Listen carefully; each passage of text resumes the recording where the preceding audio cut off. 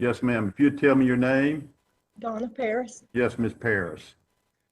Judge Hall, I'm here to request that you deny this bond because the only reason we're here is because this man made a conscious decision to put something into his body and then consciously got into a vehicle knowing he didn't need to be driving.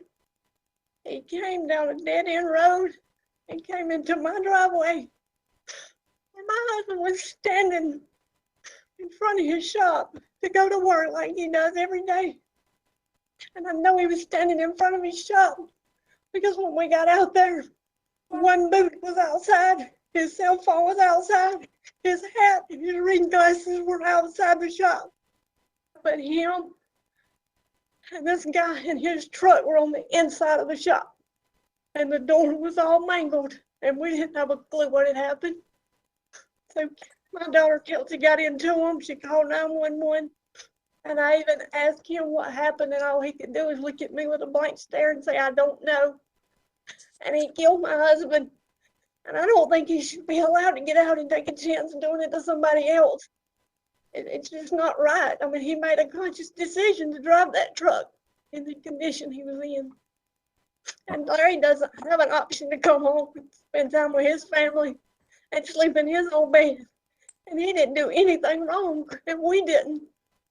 All right. Thank you, Ms. Ask you to deny bond, please. Thank you, Ms. Paris.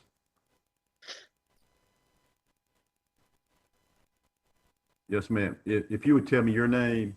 My name is Kelsey Harvell, and I'm Larry's daughter. Yes, Ms. Harvell. For a month now, I've laid down at night and closed my eyes only to see and hear the same things over and over again. My daddy laying in his own shop, moaning, groaning, and hollering with a complete stranger. A stranger that was not calling 911 or even calling for help. Just sitting there with a blank look on his face. Thank goodness me and my mama were home. I see my daddy's hazel eyes and wrinkles on his face. I hear my screams begging for him to look at me and stay awake.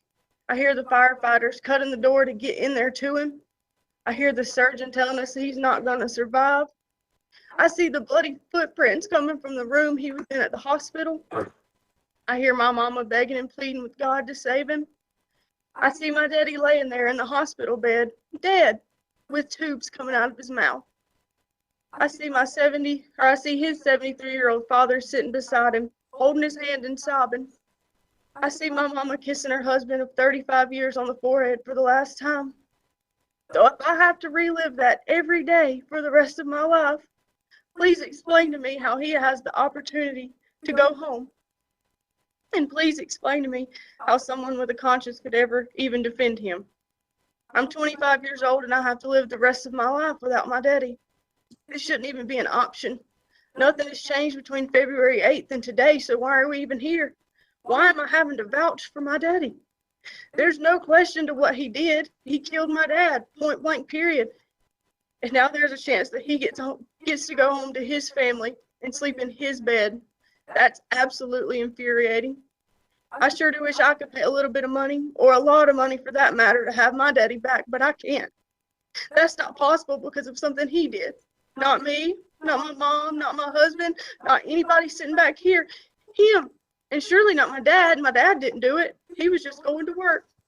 He should have to sit there until everything comes back, just like the last judge requested. We request that bond be denied. All right. Thank you.